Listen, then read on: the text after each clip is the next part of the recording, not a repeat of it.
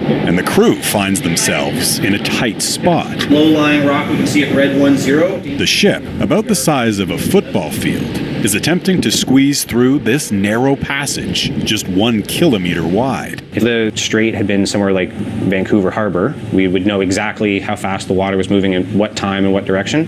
Whereas up here, we might not have any idea if there's 100 meters or 500 meters or 1 meter of water. You don't want to hot dog your way through a transit like that without doing the research and having as much prior planning as you can. So it's all hands on deck, teams double-checking their trajectory, while others scan for icebergs. Even for this Arctic vessel, ice that's more than 1 meter thick could breach the hull.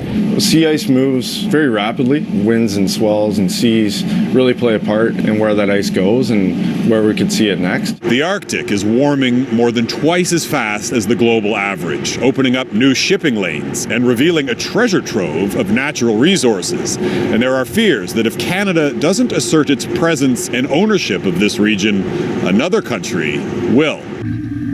Russia has been ramping up its military presence in the Arctic for years. Then in February, it invaded Ukraine. Russia has gone from a competitor to an outright enemy, and the idea of an attack on North America has gone from fantasy to unlikely, but distinctly possible. This Arctic security expert says if Russia were ever to attack North America, the shortest route would be from the North Pole. Canada's North Warning System, a chain of 47 radar sites from Alaska to Greenland, was built back during the Cold War to detect Soviet bombers. No match for Russia's high-tech arsenal of cruise and hypersonic missiles. Which makes us very vulnerable because we really don't have the capabilities to be able to detect them, never mind intercept them. There is a pressing need to modernize our continental defenses. Last summer, Ottawa announced plans to build a new Arctic surveillance system over the next 20 years.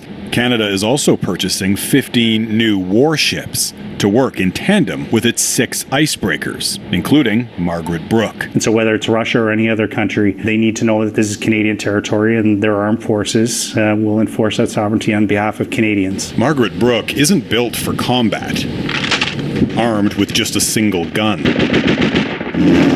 But the crew believes their presence alone sends a message. We are here to protect our northern waters. Serving an important mission, to see and be seen. Jeff Semple, Global News, aboard HMCS Margaret Brook.